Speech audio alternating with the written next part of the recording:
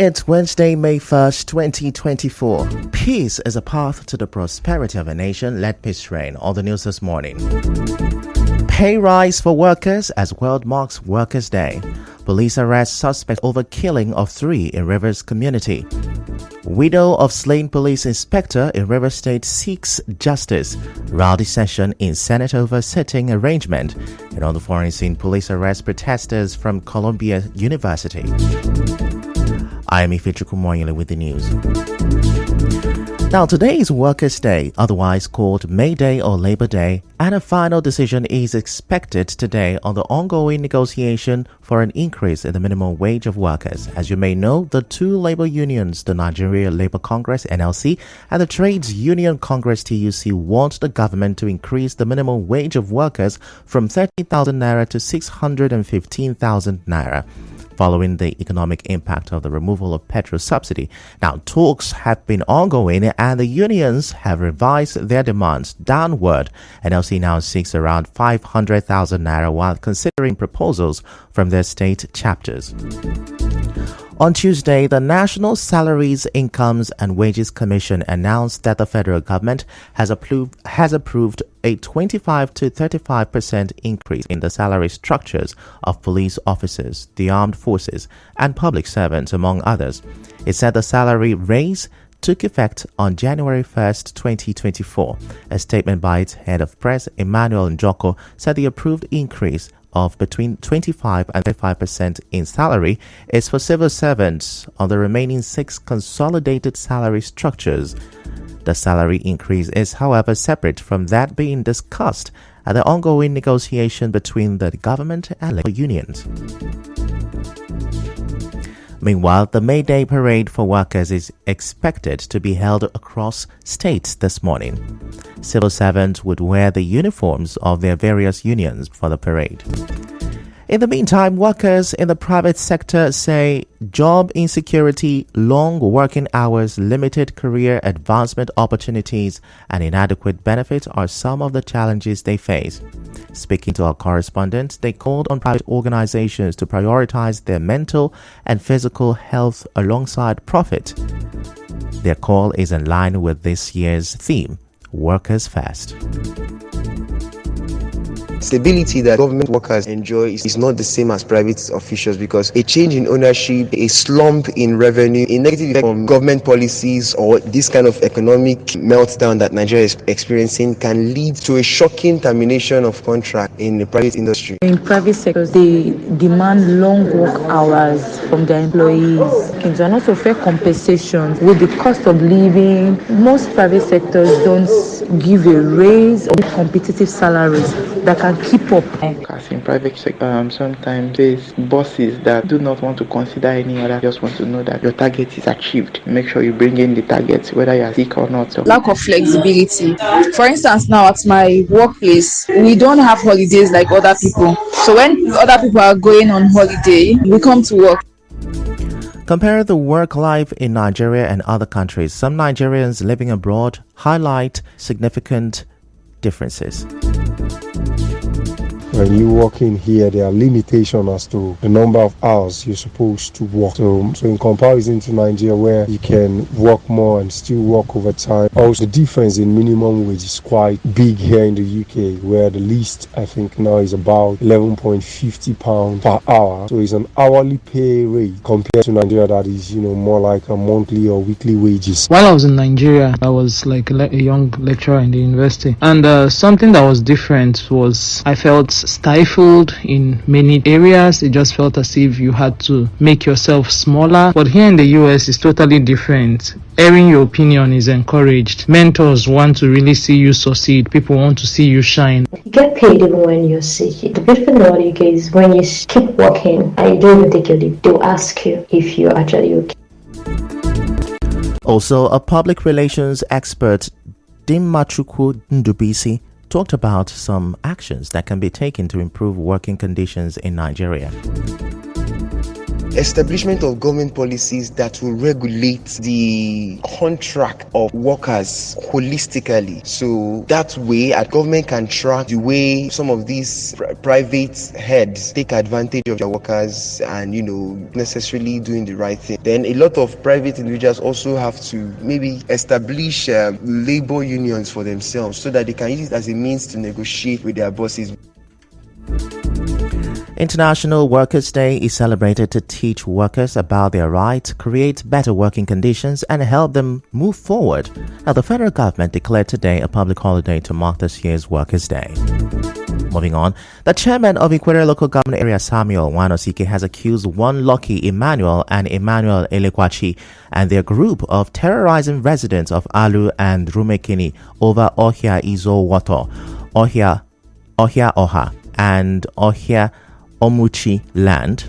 Now, speaking at a media briefing at the council secretariat in Isiokpo, Dr. Wanosike said that Lucky Emmanuel and those he called his gang members are into land grabbing and were responsible for the killing of 3 people in a boundary land between Alo and Rumekini communities. He said the bodies were exhumed by security agencies.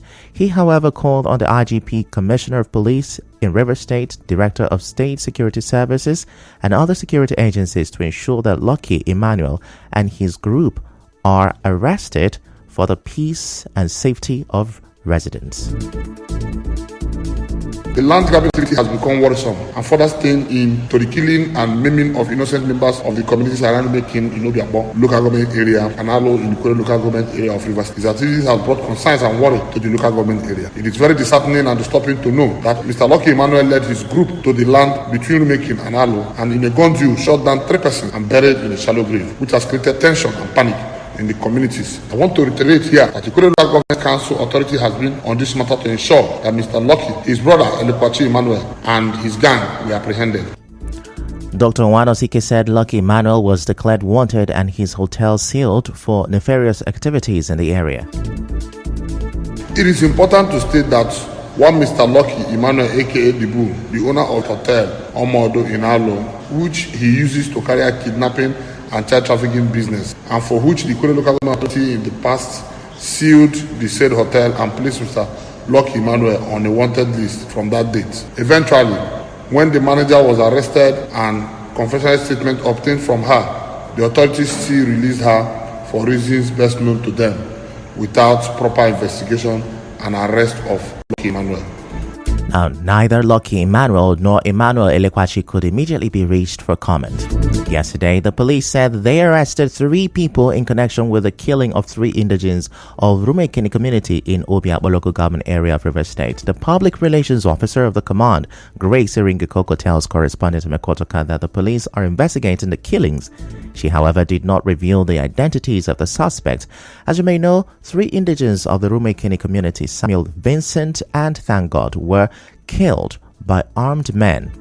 Our correspondent gathered that the killings are linked to a boundary dispute between the Alo community in Ikwere local government area and Rumekini community. In another development, the family of the police inspector, Sunday Baba, who was killed in Rumolumeni, River State last week, is seeking a thorough investigation into his death. The police inspector was killed with a vehicle at a police checkpoint. His widow, Peace Baba, spoke to journalists when members of the Police Community Relations Committee, PCRC, visited her in Ilele, Ikwere local government area. She said her husband's death has left her with the challenge of raising her 2 children alone. I need justice over my husband's death. Let there be justice for him. He's not supposed to die like that. I need justice. Sunday is a kind man, a lovely man. He's a kind man. He cared for his children. He came back for work. Anywhere he go, he carry his children along. May his soul rest in peace. I have a long way to go with them. I don't have a helper. Sunday is only son. On his part, the PCRC chairman in River State, Voke Emore, urged the public to stop attacks on police officers on duty. we came here to commiserate with the family. It's quite unfortunate that some people that have laid down their lives to protect and serve the country and protect citizens and their properties will come out, and at the end of the day their families will lose them to very, very, very sad incidents. This man has left 2 daughters, one in nursery and one in primary 1. These are very young people. We can't do it on our own. We are calling on the River State Governor, Similaye Fubara, to also assist this family. Just like other policemen are compensated, we believe that this family deserves compensation. Still to come, rally session in Senate over sitting arrangement. Stay with us.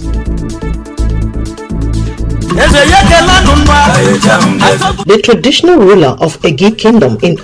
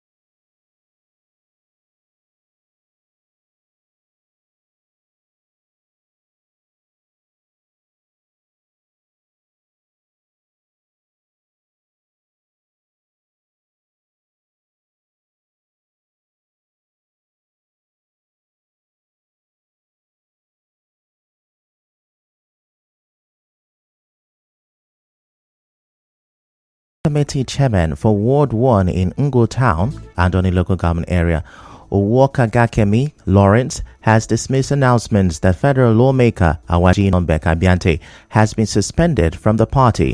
Mr. Lawrence, in an interview, described DK Bara and Dokubo Jackson, who announced the suspension, as illegal members of the PDP, as their names are not on the party's register. Rep. Awaji Nombe Dagomia Biante, PhD, is still a valid member of the People's Democratic Party and the leader of the party in Andoni local government area, and they call on the general public to ignore this purported suspension as they are antics of frustrated politicians, particularly in Andoni and the River State, who are discomforted by his soaring political profile. Both Mr. Dike Bara and the Dokubo Jackson are not members or officials of the party at any point in time. Rather, they are impostors and they have no legal right by the party's constitution to make any such announcement. Recall that early this month, the River State Governor, Timileyin Fubara, said the PDP National Working Committee has rejected the alleged amended list of the caretaker committee members circulating on social media. Governor Fubara described the list as fake and concocted.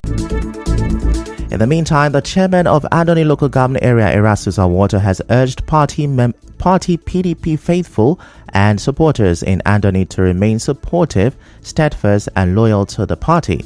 Mr. Awato made call while addressing a crowd of PDP supporters in Ngo Town who thronged out to welcome him on resumption of official duties after a 3-day medical leave. He said the PDP is moving in the right direction in Andoni, as everyone will be treated according to the rules of the party. He also thanked them for their peaceful disposition, show of love and firm support for his administration and the PDP in Andoni. Earlier, the PDP supporters reaffirmed their support and loyalty to the chairman of Andoni local government area and the party leadership in Andoni under the guidance and direction of Awato. They also thanked the FCT minister and former governor of River State, Nyesom Wike, for giving Erastus Awato the privilege to liberate Andoni from the siege of insecurity and underdevelopment, and for bringing lasting peace and sustainable development to Andoni. Away from that, some Port Harcourt residents say they are frustrated due to the prolonged heat wave, especially at night. In an interview with our correspondent, they said the situation has been worsened by the rising inflation, high electricity tariffs, and petrol scarcity. Children's body are no longer smooth. Adults are complaining the sun is too much and there is no light again. You can even manage the heat process maybe within the day, but at night when you have to rest, the electricity is not there. At night, you see me waking up 2 to 3 times midnight to go and bath to just make sure that my body is a little bit calm for me to sleep. There's no money for us to buy the fuel, but let us just make it available. The heat is too much. The NNPC is blaming marketers is blaming NNPC. They bring lights in the morning, then they take it around 5 in the evening. When you're talking about this heat wave, it's very much in the markets. That place is very, very hot. You will just imagine how somebody will finish bathing and come out sweating. Meanwhile, an environment specialist, Dobra Brisibe, has explained why the heat wave has persisted despite rainfalls. Increasing emissions, you drive out into the streets of Port Harcourt, you see cars, you're in your neighborhood, generators are turned on as a result of the power outage, releasing emissions. All these emissions, which majorly, a number of them contain carbon dioxide, are responsible for trapping heat in the atmosphere, which results in global warming. It's hotter in the cities compared to the rural areas. In my neighborhood, I can count the number of trees in my locality. Trees are cleared off, replaced with houses. That balance that trees offer is completely lost. On a part, medical expert Doris Ibe warned against using harsh substances to treat any type of heat rash on babies.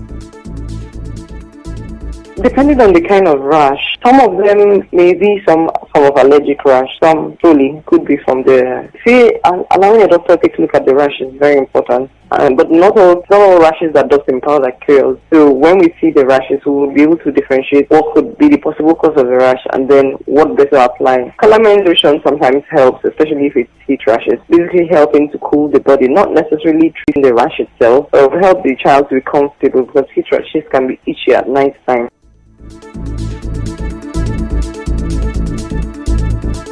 Now Now, the Senate was thrown into a rowdy session on Tuesday as it resumed plenary inside the refurbished hallowed chamber. The senators openly had altercations over sitting arrangement. Trouble started when the senator representing Zamfara North, Sahabi Yau, met the Senate leader Obeyemi Bamidele to complain about his allocated seat. But things took a new twist when his complaints, which started on a hushed tone, degenerated into a shouting bout. The situation sparked reactions from other senators and eventually degenerated into a rowdy session. The Senate President Godswill Akpabio immediately called for an emergency executive session to settle the matter. In other news, the federal government has announced free passenger train ride for 4 days on the rehabilitated Port Harcourt to Aba Railway. The free train ride would be from today to Saturday. Catch the business news at 7 for more details on this. And now, we'll bring you news from around the world. New York City police have arrested dozens of pro-Palestinian protesters from the Columbia University campus in Upper Manhattan. Handcuffed protesters shouted "Shame on you" at the police as they were let out and driven away in buses 24 hours after they took over an academic building.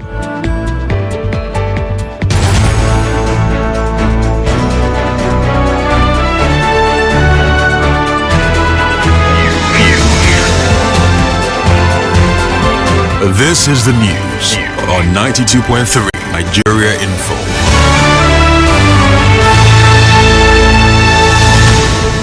Now that's a wrap on the news this morning. Before we go, let's have a look at the major stories. There's been a pay rise for workers in the public sector as World marks Workers' Day. Police say they have arrested 3 suspects over the killing of 3 people in Rivers community. On the foreign scene, police have arrested protesters from Columbia University. The news was edited by Chioma Ezenwafo. To reach the news team, send an SMS on WhatsApp to 0808-721-7215. I'm Ifechuku Moyeli. Many thanks for listening.